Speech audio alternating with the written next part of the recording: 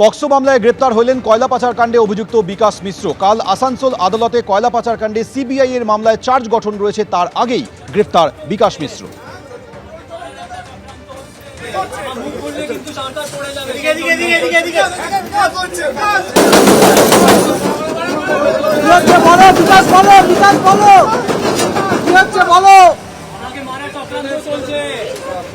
আমি মুখ খুললে সরকার পড়ে যাবে, সেজন্যই সব করা যাচ্ছে।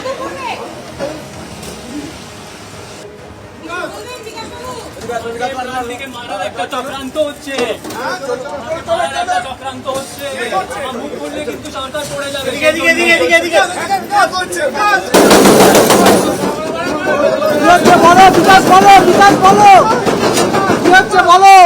আমাকে মারার চক্রান্ত চলছে, আমি মুখ খুললে সরকার পড়ে যাবে, সেজন্যই সব করা যাচ্ছে। ইডিও সিবিআই এর মামলায় অভিযুক্ত বিকাশ মিশ্র দাবি বিকাশের আইনজীবীর। পুলিশ হেফাজতে থাকলে বিঘ্নিত হতে পারে নিরাপত্তা দাবি করেছেন বিকাশের আইনজীবী। বিকাশ মিশ্র অনেকদিন মুক্ত, কোনো নিরাপত্তা নেই, তাতেও তার নিরাপত্তা বিঘ্নিত হয়নি, পাল্টা দাবি সরকারি আইনজীবীর। আর এরপর যখন তাকে আদালত থেকে বের করা হচ্ছে তখন বিস্ফোরক মন্তব্য করেন বিকাশ মিশ্র, বলেন আমাকে মারার চক্রান্ত চলছে, মুখ খুললে সরকার পড়ে যাবে।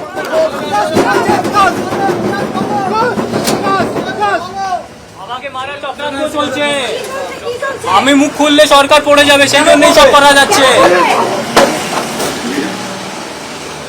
সাংসদ সুখেন্দু শেখর রায়ের সঙ্গে কি দূরত্ব তৈরি করছে তৃণমূল? কাল তৃণমূলের জাতীয় কর্মসমিতির বৈঠকে আমন্ত্রণ পেলেন না সাংসদ সুখেন্দু শেখর রায়। খবর সূত্রে সুখেন্দু শেখরকে কি বাদ দেওয়া হয়েছে জাতীয় কর্মসমিতি থেকে? জল্পনা তৃণমূলে। যদিও প্রতিক্রিয়া দিতে নারাজ তৃণমূল সাংসদ সুখেন্দু শেখর রায়। দলে শৃঙ্খলা সবার আগে, যা ইচ্ছে তাই বলা যায় না।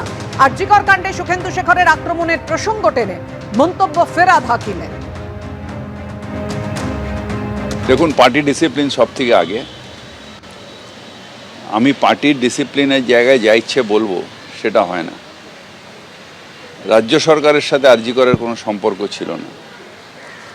আমরাও চাই এক ফাঁসি হোক, জুনিয়র ডাক্তার যারা আন্দোলন করে তারাও একই ইস্যু চাইছে।